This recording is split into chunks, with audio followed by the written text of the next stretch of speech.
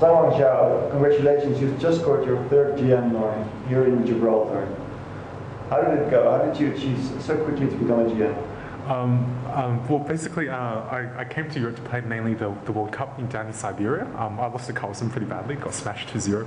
And then I went up to Budapest to play the first Saturday tournament. And basically at the beginning, I think, I was on 50% after 4 rounds, and I thought it was completely hopeless. In fact, I completely gave up. And then I had so much luck because I somehow managed to pull myself together. And, with a lot of help from all my opponents, basically managed 5 wins in a row in the last 5 rounds and made my first GM Norm. And okay, in fact, I was already so happy. I thought to myself, if I didn't make any more GM norms, that'll be enough for me for one trip.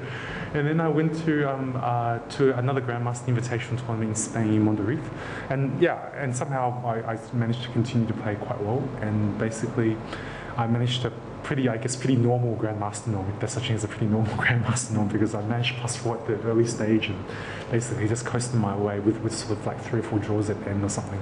And then following this tournament, also like a complete roller coaster ride, because at the beginning, I felt like every round I was getting 2600 cards for like 4 rounds in a row, and then finally, I got Kuzabov, and I thought, well, yesterday I got Kuzabov, and I thought, well, all I have to do is make a draw. This should be pretty easy, and I got this great position, and then he completely, I completely missed something which he saw, and I just lost. And then today,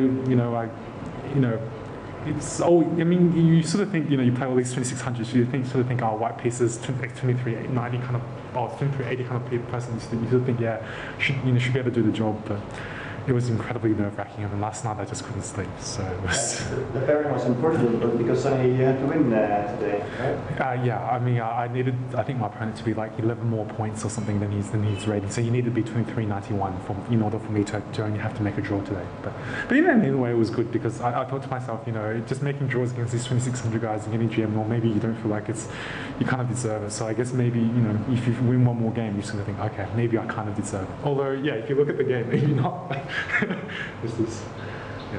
All right. So sitting next to you is Australia's first GM, Ian Rogers, retired like half a year ago. So how do you feel?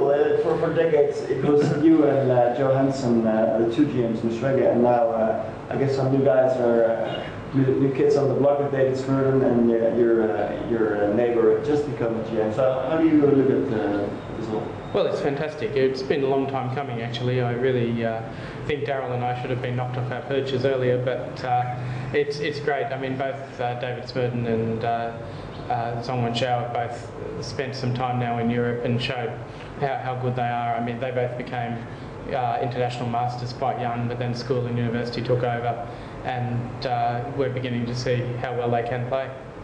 All right. And you had to retire because of health problems. How are you feeling right now? And to what extent are you still involved in chess? I'm feeling fine. I'm still doing some reporting and some coaching. I don't know how long one's kidneys will last, but still, it's obviously an occupational hazard. So if he becomes a pharmacist as he's studying to be, he should be able to cure himself. So I think he'll be all right. Able to play for a couple more years yet. All right, so will there be some Australian party tonight?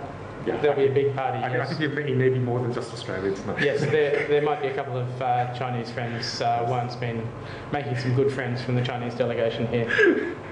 All right. And how about you? You've become a GM.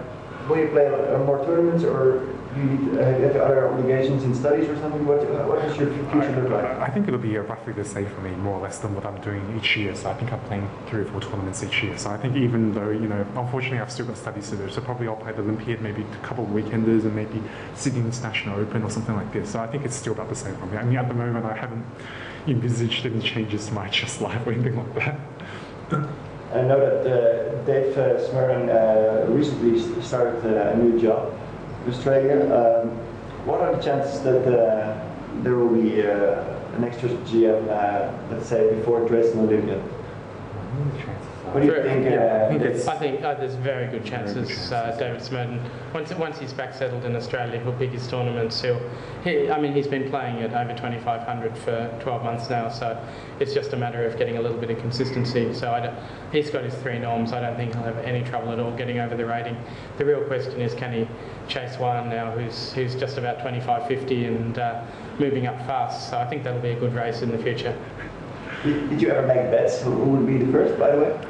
When we were very, very young, I think we said to each other somewhere that I said to David, you know, you make it, because I noticed that in my chess life that he became the international master 1 year before me at the zonal, and then I noticed 1 year I became the international master, and then later on he became the Australian junior champion. I think maybe 2 or 3 years later on I became Australian junior. So in fact I said to him at some point, I said, look David, you better hurry up and become a grandmaster, because as soon as you can do it, I can do it, because it's always been the trend. And it's, I mean, I guess in that kind of fashion, yeah, I mean we've been both wanting to each other, and you know, and we've always said to each other, you know, if it wasn't for us two playing in the same generation, we probably wouldn't have come so far already. So it was a really, really nice thing.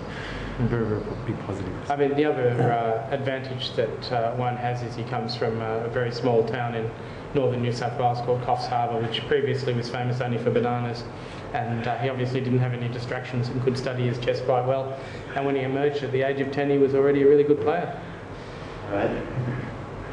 Well, enjoy your new success. And thanks very much. Thank you very much. Thank you, Isa.